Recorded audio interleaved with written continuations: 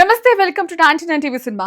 వెండితెరపై కోట్లు కురుస్తున్నాయి, రికార్డులు బద్దలవుతున్నాయి. కానీ ఆ గ్లామర్ వెనుక, ఆ అంకెల కనికట్టు వెనుక ఒక భయంకరమైన సత్యం దాగుంది. సినిమా అంటే కళ లేక కేవలం ఒక వ్యాపారమా? 400 కోట్ల బడ్జెట్ పెట్టి 200 కోట్లు నష్టపోతే ఆ వ్యవస్థ పరిస్థితి ఏంటి? స్టార్ పవర్ అంటే నిజంగా బాక్స్ ఆఫీస్ వద్ద స్టామినా ఉందనా లేక భ్రమనా?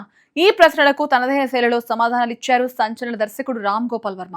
ప్రభాస్ నుంచి అమితాబ్ బచ్చన్ వరకు, శంకరాభరణం నుంచి కల్కి వరకు సినిమా ఇండస్ట్రీని శాసిస్తున్న ఆ అదృశ్య శక్తులపై వర్మ సంధించిన అస్త్రంపై ప్రత్యేక కథనం ఇప్పుడు చూద్దాం. అతను మాట్లాడితే సంచలనం, అతను విశ్లేషిస్తే ఒక యుద్ధం. రామ్ గోపాల్ వర్మ సినిమా గ్లామర్ ప్రపంచంలో లాజిక్కులు వెతికే ఏకైక మేధావి. తాజాగా ఆయన చేసిన విశ్లేషణ ఇప్పుడు టాలీవుడ్ నుంచి హాలీవుడ్ వరకు ప్రకంపనలు పుట్టిస్తోంది. ఇండస్ట్రీలో స్టార్ పవర్ అంటే ఏంటి? జనం థియేటర్లకు ఎందుకు వస్తున్నారు? కథ కోసమా లేక కటౌట్ కోసమా? వర్మ వేసిన ఈ ప్రశ్న ఇప్పుడు ఇండస్ట్రీ మనుగడని ప్రశ్నిస్తోంది. హాలీవుడ్ లో ఫాస్ట్ అండ్ ఫ్యూరియస్ వంటి భారీ చిత్రాలున్నాయి. అక్కడ రాక్ వంటి గ్లోబల్ స్టార్లు ఉన్నప్పటికీ జనం వెళ్లేది ఆ కాన్సెప్ట్ కోసం, ఆ కార్ల చేజింగ్ల కోసం, ఆ అడ్రినలిన్ రష్ కోసం. కానీ మన దేశంలో ఆ పరిస్థితి వేరు. ఇక్కడ ప్రభాస్ లాంటి హీరో ఉంటేనే ఆ 400 కోట్లు బయటకు వస్తాయి. స్టార్ పవర్ అనేది ఇక్కడ ఒక ఆయుధం, అదే సమయంలో అది ఒక బంధనం. ప్రభాస్ లాంటి స్టార్ తన ఇమేజ్ ను కాదని ఒక చిన్న కథతో సినిమా చేస్తే జనం అంగీకరిస్తారా? 127 అవర్స్ వంటి ఒక ప్రయోగాత్మక సినిమా ప్రభాస్ చేస్తే అది రికార్డులు సృష్టిస్తుందా లేక డిజాస్టర్ అవుతుందా? వర్మ లెక్కల ప్రకారం స్టార్ తన ఇమేజ్ అనే జైలులో బందీ అయిపోతున్నాడు. ఒకవైపు ప్రభాస్, అమితాబ్ బచ్చన్, దీపికా పదుకునే లాంటి స్టార్లతో కూడిన కల్కి వంటి భారీ ప్రాజెక్టులు, మరోవైపు కేవలం 10 కోట్ల బడ్జెట్ తో వచ్చే చిన్న చిత్రాలు. వర్మ వేస్తున్న లాజిక్ ఒకటి: 400 కోట్లు ఖర్చు పెట్టి 200 కోట్లు నష్టపోవడం మేలా లేక 10 కోట్లు పెట్టి ఆ నష్టాలను నివారించడం మేలా?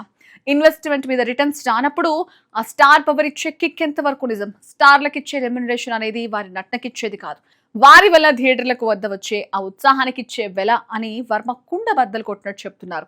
చరిత్రను ఒక్కసారి వెనక్కి తిరిగేస్తే శంకరాభరణం, సాగర సంగమం, రుద్రవీణ వంటి చిత్రాలు కనిపిస్తాయి.